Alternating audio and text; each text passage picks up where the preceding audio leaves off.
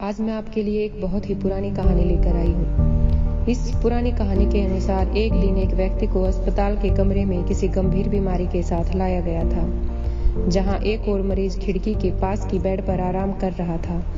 धीरे धीरे इन दोनों में दोस्ती हो गई और खिड़की के पास वाला मरीज रोज खिड़की से बाहर देखता और उसके बाद कुछ घंटे वह अपने बीमार साथी को बाहर की दुनिया की सजीव व्याख्या करते हुए बिताता।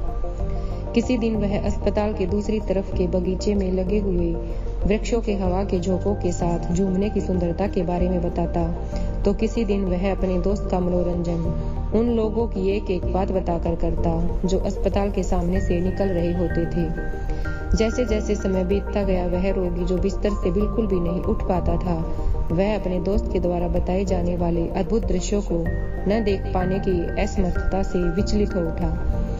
परिणाम स्वरूप वह उसे नापसंद करने लगा और धीरे धीरे उसकी नफरत बहुत ही अधिक घृणा में बदल गई। एक रात को खिड़की के पास वाले मरीज को खांसी का दौरा पड़ा और उसने सांस लेना बंद कर दिया। सहायता बुलाने के बजाय, बटन दबाने की बजाय दूसरा मरीज पड़ा रहा और दूसरी सुबह वह रोगी जो अपने मित्र को खिड़की से झांकते हुए अद्भुत दृश्यों का बेरा देकर बहुत ही खुशी देता था, उसको मृत घोषित कर दिया और अस्पताल के उस कमरे से बाहर भेज दिया गया। दूसरे मरीज ने जल्दी ही अपना बिस्तर खिड़की के पास लगाने का आवेदन किया, जिस पर अस्पताल के सेविकाओं ने तुरंत अमल किया।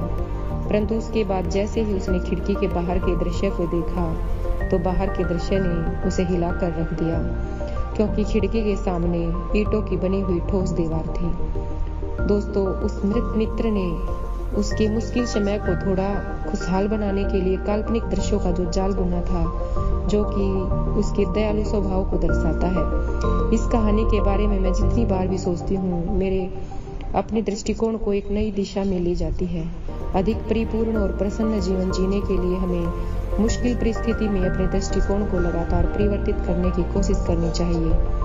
हम इस ग्रह पर बहुत कम समय के लिए आते हैं और अगर आप पूरी तरह से देखें तो हमारी लाइफ अनंत काल की कायनात पर कुछ बूंदों के समान है। इसलिए हमें अंतः विवेकपूर्ण तरीके से इसका स्वाद लेकर इस सफर को आनंददायक बनाना होगा। धन्यवाद।